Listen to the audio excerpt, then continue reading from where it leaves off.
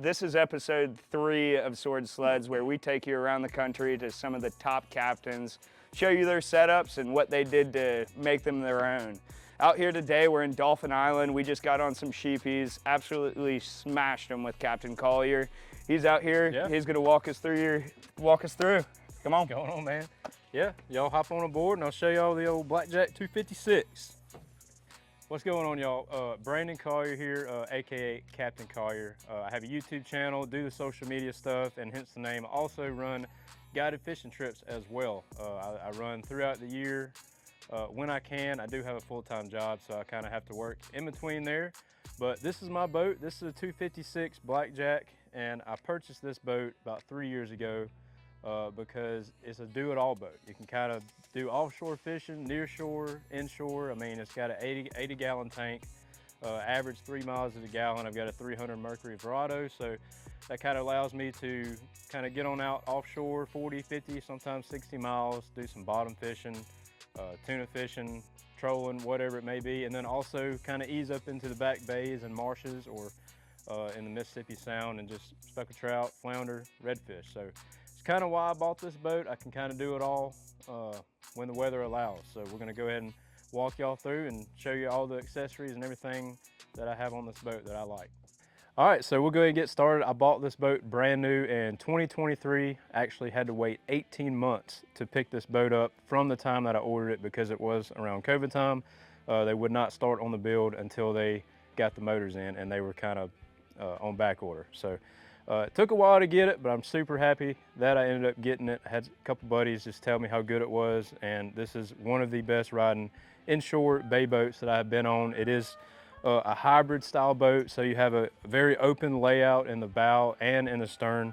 And one of the things you'll notice that this boat did not come with when I ordered it is this Lux deck from Castaway Customs.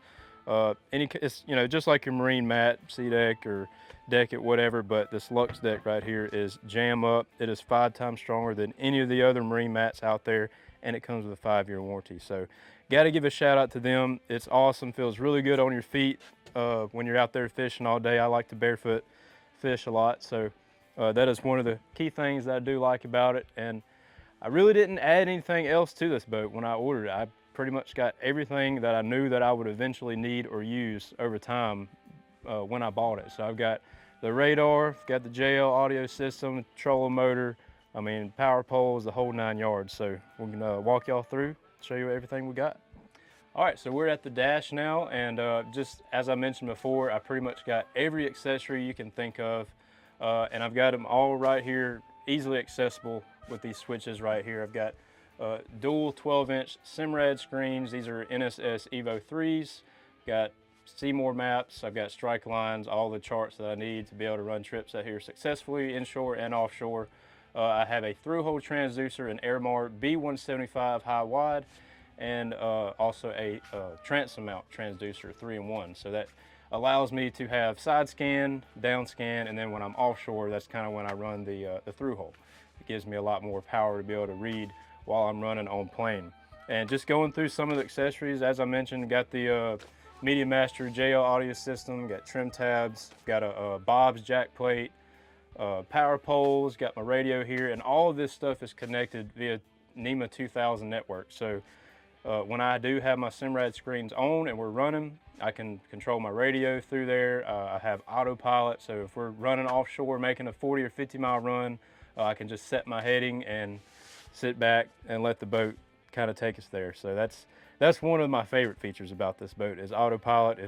If any of y'all ever thought about getting it and you make a lot of long runs, highly recommend. We got the horn, we got live wells, we got the saltwater wash down, you know, all your basic things that I think you should have on a boat of this caliber.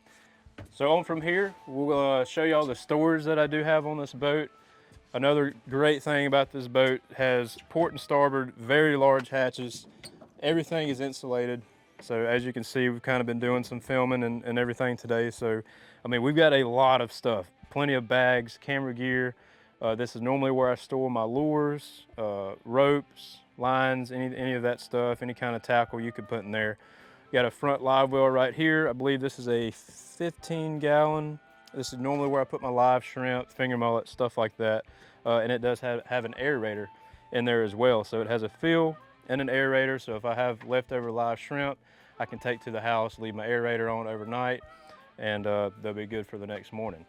Got an in-floor hatch right here. This is normally where I store my fish at, and you can see it's got some bloody ice water in there from our awesome day of sheepshead fishing today.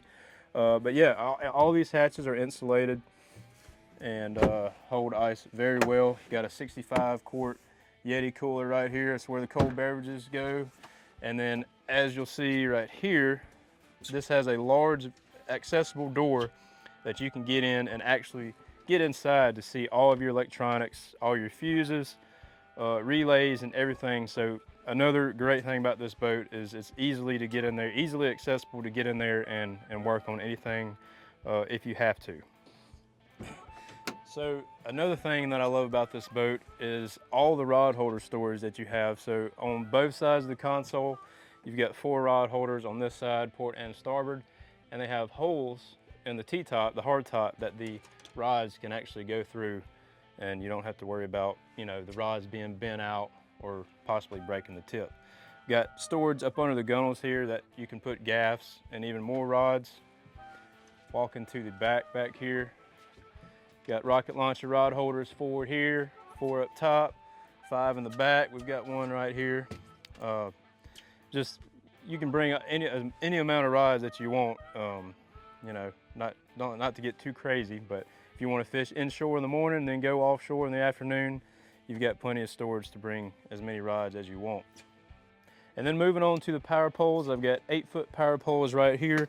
The pumps are actually in this section right here, and gotta love the power poles fishing inshore. You know, these are 8-footers, so you know, as long as you're in 6.5 foot of water, you can drop these down if you're in any kind of wind, and they will anchor you and hold you there for sure. So really awesome feature to have while I'm inshore. If you're drifting down a bank and you don't really want to use your trolling motor, or you're trying to be a little more stealthy, you can drop those poles down and sit there and fish. And then if you don't catch anything, or if you catch your fish, just pick them back up and drift back down some more. And another thing that comes in handy with those is the jack plate here, the Bob's jack plate. It can come up 6 inches. So like I said earlier in the video, this boat can run pretty skinny. I think the draft is like 15 or 16 inches, which I never try and take it that skinny, but if I do get in that scenario, I do feel confident that I can get up on plane and get out of there if I need to. So I think that just about covers everything on the inside. We'll move up to the top here. This is a hard top. Gotta have a hard top for summertime down here in the south. It'll be 105 degree index, and gotta have some kind of shade. And along with that comes all the accessories. I've got 4 6-inch JL audio speakers. Obviously you got 4 more rod holders, your navigation lights, and then your antenna. And of course, I did opt for the feature to have a radar, 20-inch Simrad radar. I got this because I do run some trips at night, as far as like leaving super early in the morning to get out offshore, get out there. That radar is very nice to have. And then also fishing in the springtime and in the late fall, when we do get some very heavy fog where you can't see 20 or 30 feet in front of the boat, you can turn that radar on and you can see every boat, rig, channel marker, or anything, and it just makes you feel a lot safer being out there on the water.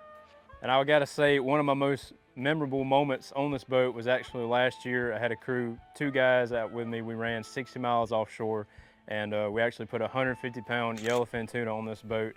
Super epic day. Caught them on a popper just right at the boat.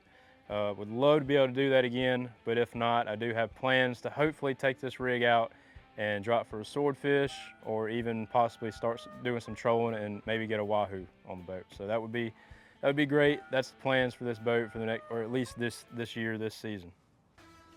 Well, that just about wraps it up for today. I mean, we had an absolute smash out there, and yeah, I can attest these Blackjacks ride out like nothing else. I mean, that flare for a little boat like this, being able to throw water out to the side. Oh yeah, especially with as sporty as it was going around that bar this morning. No doubt. Pretty big swells. It handles very well. Yeah, ate it up. But man, we really appreciate you walking us through it, and looking forward to the next time getting out there. Yeah.